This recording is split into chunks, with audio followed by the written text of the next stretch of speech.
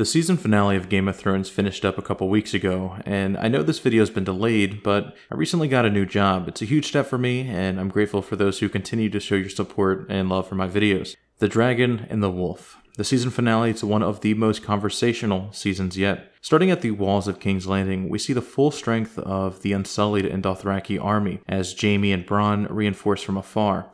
The scene is quite beautiful, honestly. Tall castle walls surrounded by an army that makes you question if those walls would remain standing if war began. Something powerful about the character development that has led to this point, finally face to face with the reality that war is here at home. Jaime and Bronn have a conversation about cocks. Well, yes and no. They actually have a conversation about life and the meaning of it. Is it gold? Is it family? Is it having a purpose to pursue?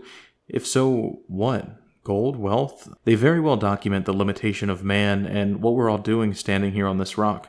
We then see the Greyjoy Navy and Dany's crew, with Tyrion and Jon discussing the city of King's Landing. 1 million people crammed into close quarters, 1 million people that would make a fine addition to an undead army if it ever came near. The Hound checks on the White, captive below the ship's deck. It remains very much alive. We have a brief scene with Cersei, Jaime, Qyburn, and she instructs the Undead Mountain to kill everybody if anything goes wrong. On the road to the Dragon Pit, they discuss the purpose of the structure, finding that a long time ago it housed great dragons. Then years passed, and dragons became smaller and smaller with their captivity. A sad end to a mighty creature becoming the size of dogs, in an arena that once housed the same creatures barely fitting the space. The crew meet up with Bronn, and they continue onward. Tyrion and Podrick make small talk after a long time apart. The Hound and Brienne have a touching reunion that bears resemblance to parents proud of their assassin baby. This scene bears a strong resemblance to when Jon and crew were tracking north of the Wall to capture the White. People and stories finally intersecting again after months or even years apart. Scenes like this I enjoy very much because the show creators get a chance to really sell the immersion,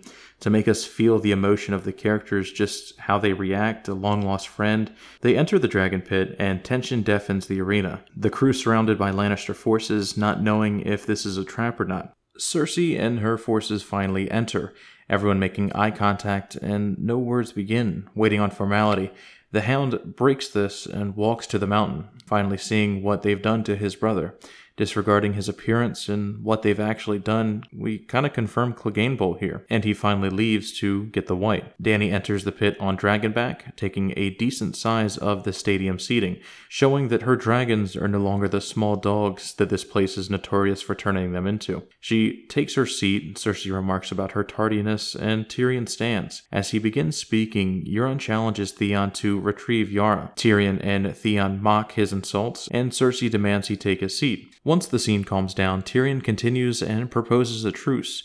Jon stands to reinforce his friend and show that only two sides exist, the living and the dead. Cersei takes a stance of, well, what you're asking is impractical. And she's honestly right. Without knowing Dany, with no trust for anyone of their party, her letting go of the land that she's already claimed would allow Dany to attack them or advance if it was in fact a trick. The Hound finally comes back, kicks out the White, and it charges towards Cersei. She and the party seem sanely afraid. Jon instructs how the monster is killed, and they listen intently. Euron examines the White and finally leaves, finding that they can't swim. Later on, we find out that this was all planned by Cersei so that he could leave to retrieve the Golden Company. Cersei addresses Jon, confirms that she will in fact support the defense of the North, but then goes on to say that this statement does not include Dany, only Jon. He turns her down, claims that he's already sworn to Daenerys. Cersei leaves in a fit of rage, and Brienne confronts Jaime about talking to Cersei about how absurd this is. After the Lannisters leave, they all attack Jon about swearing loyalty publicly. Tyrion plans to address Cersei privately, and he goes to enter the Lion Pit.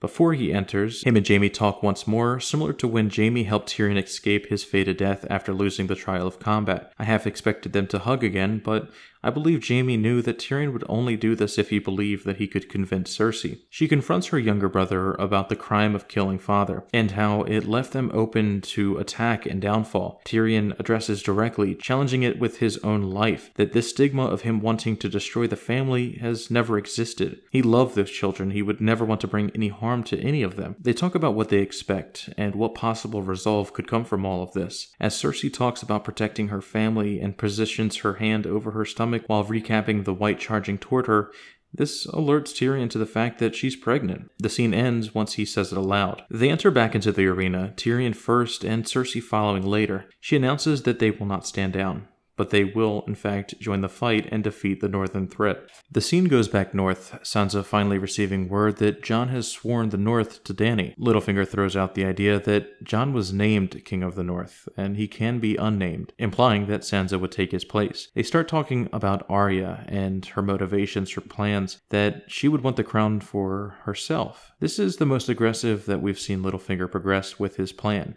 He implies statements such as Arya killing her and taking her place to become Lady of Winterfell. From an audience view, Sansa is eating it up. She displays every emotion of believing this and agreeing. Back at Dragonstone, they plan their travel. Jon proposes them sailing together. The room stays quiet, and she agrees. Well played, Jon. As they exit, Theon addresses Jon alone, admiring his strength and envious of his character. Theon has never felt a part of the family. He was always a captive in his own mind. Jon tells Theon he wasn't a Greyjoy, he wasn't a Stark, he was both. He can be both, that he's only limited by his actions. This is actually much more important than people took from it. Jon will soon find out that he's a Targaryen, and I imagine that they'll have some angry Northerners challenging his allegiance. But I imagine he's going to apply what he just said to Theon to himself, that he can be both. His loyalty to the Stark name is a part of him. It's a part of Theon still. It doesn't have to be a choice. So Theon claims that he's going to go for Yara, and Jon agrees, tells him to go. He confronts the remaining Greyjoys pledged to Yara, wishing for her rescue. They fight, and whether you liked the turning point of the fight or not, Theon wins. I imagine early in the next season we're going to see the rescue attempt, as time is pressing harder than it ever has before on show creators. Once again in the north, Sansa calls a meeting of the Bannermen, bringing Arya into the scene and addressing those that wish to do harm to their family. The scene quickly changes when she calls Peter's name for murder and treason, an unexpected occurrence by his understanding. But Sansa lists off crimes that we as the audience get the understanding that Bronn has informed her behind the scenes of all his evil. He begs for his life, and overall, it was such an amazing performance by this actor. Arya swiftly cuts his throat, and we travel back to King's Landing. Jaime is addressing his commanders, and Cersei interrupts, challenging his intelligence that it was all a lie and she's never planned to support them in the north. Jaime argues back that they have to help. He's sworn that they would, and she remains cold and unmoving. She reveals her plan with Euron, and Jaime's a bit taken back that she made plans behind his back. He doubles down and says that he's going to be riding north.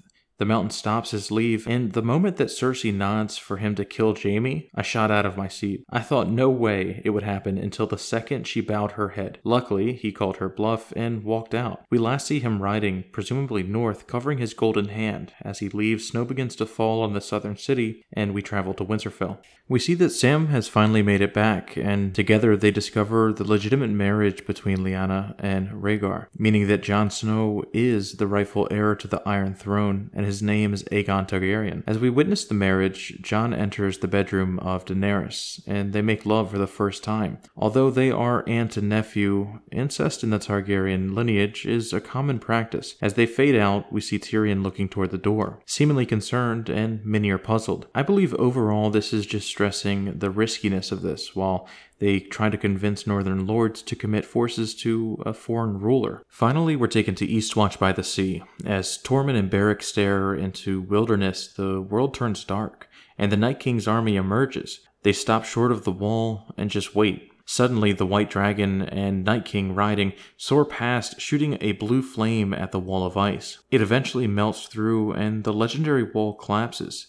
If you're wondering if Tormund is alive, the answer is yes, and if you'd like to know how, check out my video titled, Did Tormund Die? The Season 7 finale finishes with the Night King finally being past the wall. His army stronger than ever, and no immediate challenges are in his way. Overall, a solid season with great cinematic value. I can't wait for Season 8 to know how this epic wraps up. But in this interim, I'll be doing Game of Thrones videos, Westworld videos, and pretty much whatever I can think will deliver quality content. Thanks for watching, guys. Be sure to subscribe for the BRAN Night King video I'm working on. I'm so close to blowing the lid off of this theory and presenting an argument that is undeniable. Stay tuned, and much love.